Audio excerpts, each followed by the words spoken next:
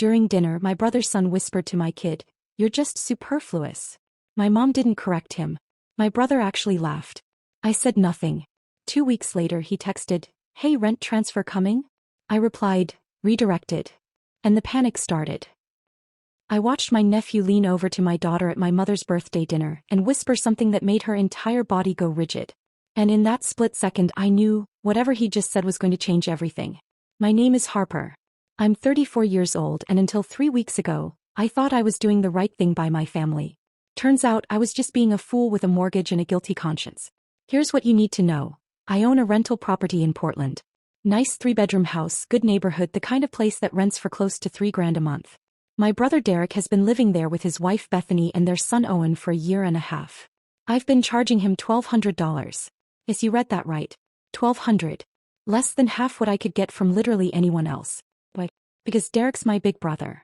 Because mom asked me to help him out during a rough patch. Because every time I even thought about raising it to market rate, I'd get a guilt trip about family loyalty and how we take care of our own. Meanwhile, Bethany posts Instagram stories from their date nights at restaurants I can't afford. And Derek just bought a brand new truck. But sure, rough patch. Absolutely. Marcus, that's my husband, has been telling me for months that I'm being used. They're taking advantage of you, he'd say. You know that, right? And I'd defend them because that's what I do. That's what I've always done. Defend Derek. Make excuses. Keep the peace. I'm the younger sister. That's my role. The responsible one who doesn't rock the boat. Until that dinner. Mom turned 62 and she wanted the whole family together at her place. Me, Marcus, our 8-year-old daughter Iris, Derek, Bethany, and 6-year-old Owen. I baked Mom's favorite cake, a lemon layer cake that takes 3 hours to make. Bethany brought a bag of cookies from Costco and got just as much praise, but I'm not bitter about that. Much. The adults were at one end of the table, kids at the other end eating chicken fingers. Normal family dinner. Mom was talking about her garden. Dad was half watching a game on his phone, and I was just starting to relax when I heard it. Owen, my nephew, leaned close to Iris and said, crystal clear like he'd practiced, "You're just superfluous." Everything inside me stopped. Superfluous. A 6-year-old used the word superfluous in a sentence. As an insult. To my child. I know what you're thinking. Maybe he didn't know what it meant, maybe he heard it somewhere random. But the way he said it, with this little smirk, looking right at her face to see her reaction, he knew exactly what he was doing. Iris's eyes went wide. She's 8, she didn't know the word, but she understood enough. Kids always understand enough. My head snapped toward my mother. She was right there, close enough that she definitely heard. I waited for her to correct him. To say something. Anything. She cut her chicken and took another bite. Then Derek. My brother Iris's uncle, he laughed. She laughed out loud. "Owen," he said, grinning like his kid had just told a joke. "Come on, man." Indoor voice. That was it. The entire correction. Use your indoor voice when you're being cruel to your cousin. Bethany was looking down at her plate, but I could see the corner of her mouth twitching. He thought it was funny too. And suddenly I understood something. This wasn't an accident. This wasn't a kid saying something random. Someone had taught Owen that word. Someone had explained what it meant. Someone had pointed at my family, at Iris, and used us as the example. You think I'm jumping to conclusions? Just wait. I should have said something right then. I know that. Marcus would have said something. He always defends Iris, but he'd had to work late. It was just me, surrounded by my family, and I felt 8 years old again. Small. Trained to stay quiet. So I stayed quiet. I ate my cake. I sang happy birthday. I smiled until my face hurt. But Iris didn't smile. She barely touched her dessert, and when we got in the car to go home, she asked if we could leave early. "Does your tummy hurt, baby?" I asked. "Yeah," she whispered. But I knew it wasn't her stomach. That night, after I tucked her in, she looked up at me with those big eyes and asked, "Mommy, what does superfluous mean?" My heart cracked right down the middle. I sat on the edge of her bed and had to explain to my 8-year-old daughter that it means unnecessary. Not needed. That her 6-year-old cousin had called her that and nobody had corrected him. "Why would Owen say that?" she asked.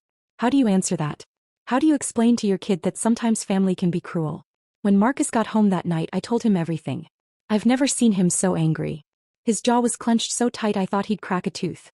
"Why didn't you call me?" he said. "I would have driven straight there. I would have." "I know. I should have." "So what are you going to do?" And that's when something shifted in me.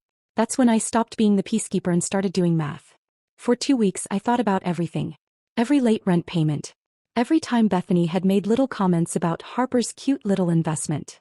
Every time Mom had hinted that I should just give Derek the house since blood is thicker than water, and you don't really need the rental income. I thought about where a 6-year-old learns the word superfluous.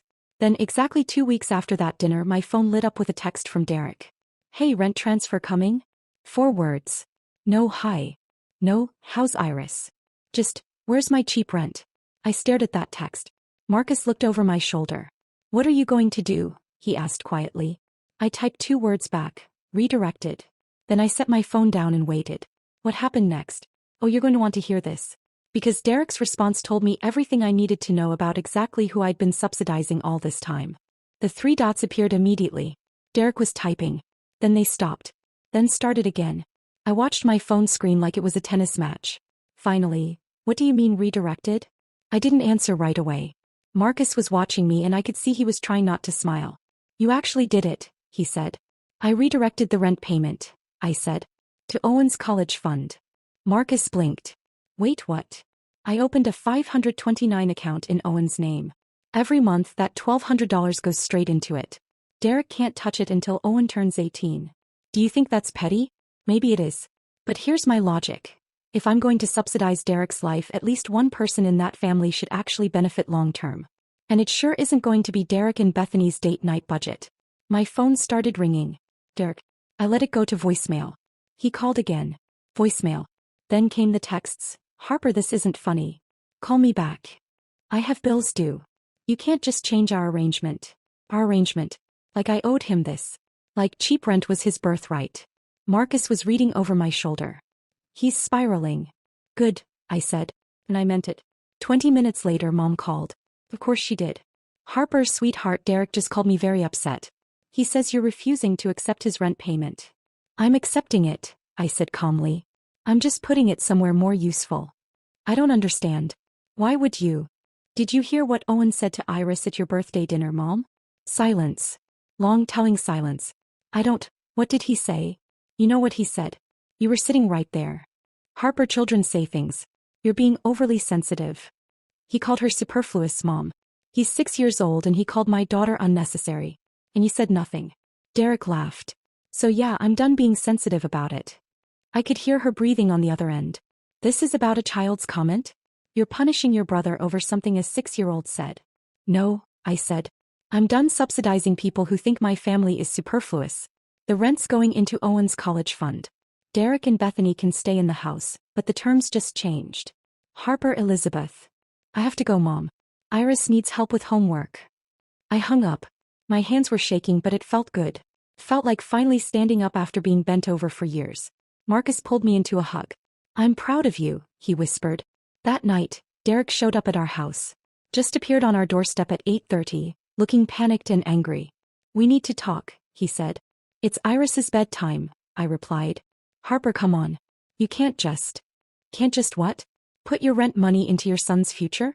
Seems pretty generous to me, actually. His face was red. You know we can't afford market rate. You know that. Then I guess you'll need to budget better.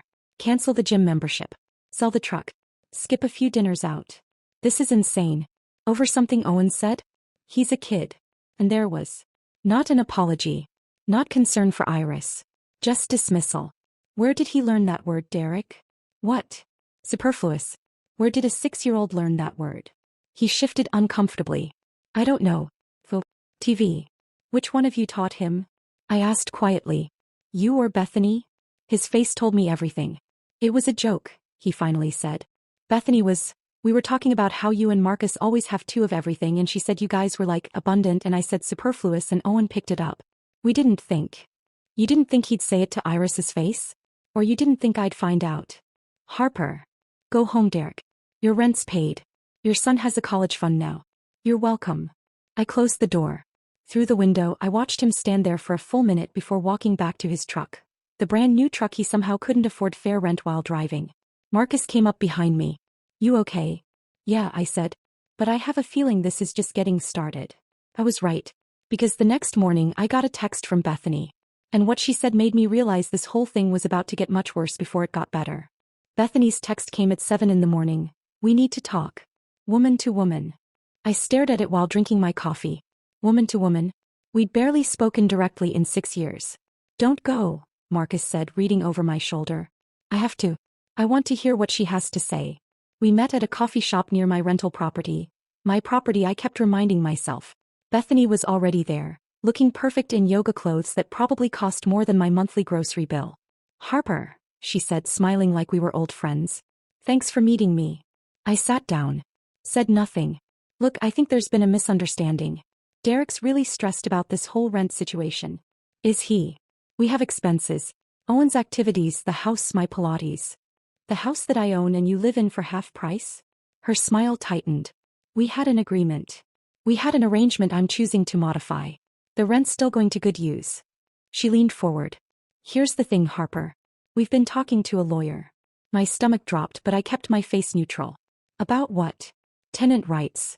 You can't just change terms without proper notice. And this college fund thing? That's not paying rent. We could argue you're trying to evict us illegally. I took a sip of my coffee, buying time. Do you think she was bluffing? She wasn't. So here's what's going to happen, Bethany continued. You're going to redirect that payment back to Derek, continue our current arrangement, and we'll forget this whole thing. Or what? Or we'll make this very complicated for you. Derek's been a model tenant. 18 months, never missed a payment. He's late every single month. Never missed, she repeated. You really want to drag this through court?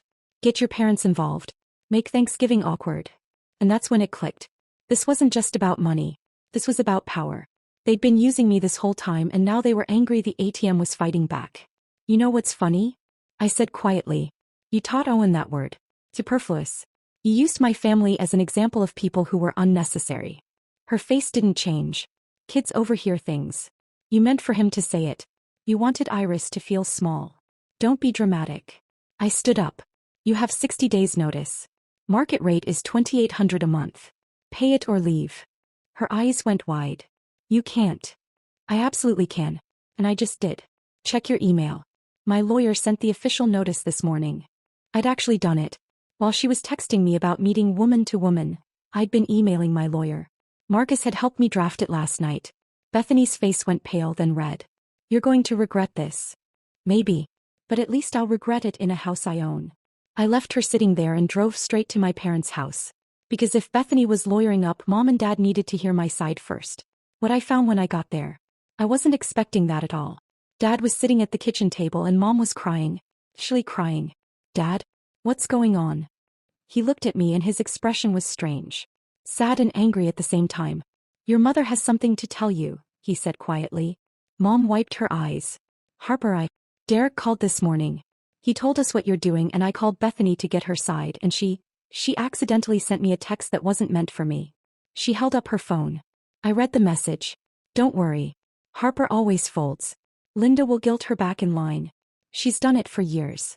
I looked at my mother. Her hands were shaking. I didn't realize, Mom whispered. I didn't realize they were using me to manipulate you. That they've been using both of us. Dad put his hand on hers. We need to talk about Derek, he said. And I think it's time we all stopped pretending everything's fine.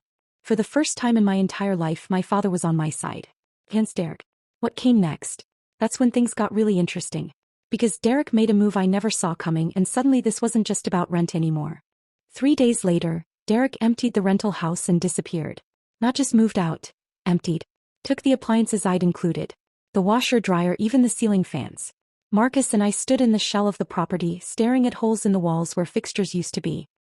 He took the kitchen sink, Marcus said, almost impressed. Literally took the kitchen sink. My phone rang. Harper, Derek's here. He and Bethany showed up with Owen and all their stuff. They say they're moving back home with us. I could hear the panic in her voice. Mom and Dad lived in a 2-bedroom house. He's saying you illegally evicted him, Mom continued. That he'll sue you, but he needs time to find a lawyer. Harper, what do I do? Do you think I felt guilty? Part of me did. But then I remembered Iris's face at that dinner. That's between you and Derek, Mom. I gave proper notice. What he did to my property is theft, and I'm filing a police report. You can't, he's your brother. He's a thief who taught his son to be cruel. I'll send you the photos of what he did. I hung up and called the police. Then my insurance company. Then my lawyer, who actually laughed when I told her. Oh, he messed up, she said. Taking the appliances? That's not a civil matter anymore. That's criminal. By that evening, Derek was calling me 13 times. I didn't answer. Then Dad called. Your brother wants to talk, Dad said, and his voice was different. Tired. He's been here 4 hours and Bethany's already criticizing your mother's cooking. Owen told your mother her house smells old. Harper, I love my son, but I can't do this. What do you want me to do, Dad? Silence. Then, I want to know what it would take for you to drop the police report. Finally. The real conversation. I want an apology. To Iris. A real one from all three of them. I want Derek to return everything he took or pay for replacements. And I want them out of your house within 2 weeks. That's it. That's it. But Dad, the cheap rent is over. If Derek stays in my property, it's market rate. And one late payment, he's out. Fair, Dad said quietly. More than fair, actually. I'll talk to him. An hour later, my doorbell rang. Derek stood there, Owen beside him. No, Bethany. Can we come in? Derek asked. He looked awful. Tired and defeated. I let them in. Iris was in her room doing homework. I called her down. She came to the stairs and stopped when she saw Owen. Her face went carefully blank. Derek nudged Owen forward. The kid looked at the floor. Iris, Owen mumbled. I'm sorry I said that word. It was mean. What word? Iris asked, and I realized she was making him say it. My girl was tougher than I thought. Owen squirmed. Superfluous. I'm sorry I said you were superfluous. Why did you say it? Owen looked at Derek, panicked. Derek closed his eyes. Because I heard my parents say it, Owen whispered. About you and your mom and your dad. And I thought it was okay because they were laughing. The room went silent. Iris looked at me. Then at Derek. Then back at Owen. Okay, she said simply. Thank you for apologizing. And she went back upstairs. Derek and I stood there. Finally he spoke. I'm sorry, Harper. Really sorry. Not just about Owen. About everything. The rent, taking advantage, all of it. He paused. Bethany and I are separating. I hadn't expected that. What? Turns out Mom and Dad's house is really small when you're actually living there, and Bethany, she showed me who she really is these past few days. The things she said about Mom, about you, about this whole situation. I didn't want to see it before, but I see it now. He looked broken. And despite everything, he was still my brother. Derek, I'll return everything. And I'll pay whatever rent you want. I need that house, Harper. Owen needs stability, especially now. Please. What would you have said? Because I wasn't sure. Part of me wanted to punish him more. Part of me saw my brother finally understanding what he'd done. Market rate, I said. 2,800. And you're never late again. Deal. And Harper, thank you. For the college fund. Owen's going to need it. He left and I sat down exhausted. Marcus came and wrapped his arms around me. It's almost over, he said. But he was wrong. Because the next day someone else showed up at my door. Someone I never expected to see. And what she told me changed everything I thought I knew about this whole situation. Bethany showed up at my door the next morning. Alone. I'm not here to apologize, she said immediately. I'm here to warn you. I almost closed the door, but something in her face stopped me. She looked scared. Derek's going to tell you this is all my fault, she said quickly. That I'm the bad guy. Maybe I am. But Harper, you need to know something about your family. What are you talking about? She pulled out her phone and showed me screenshots. Text messages between her and Mom. My stomach turned as I read them. Mom had been telling Bethany for months that I needed to be taken down a peg. That Marcus and I were too comfortable and didn't understand struggle. That it was good for me to help Derek because I needed to learn generosity. Your mother asked me to make those comments about your investment property, Bethany said. She thought you were getting too proud. The superfluous thing? Owen overheard it from a conversation with your mom, not us. I felt dizzy. You're lying. Am I? Ask yourself why she never corrected Owen at that dinner. Why she always took Derek's side. Bethany's voice softened. I'm not innocent. I went along with it. But Linda orchestrated a lot more than you think. She left and I sat on my porch shaking. Was she telling the truth? Or was this just her way of burning everything down on her way out? Called Dad. Is Mom there? She's at the store. Why? I need you to be honest with me. Did Mom resent me and Marcus? Long silence. Too long. Dad. Your mother loves you, he said carefully. But she struggled when you bought that second property. She felt like maybe she and I had failed because we couldn't help Derek the way you could.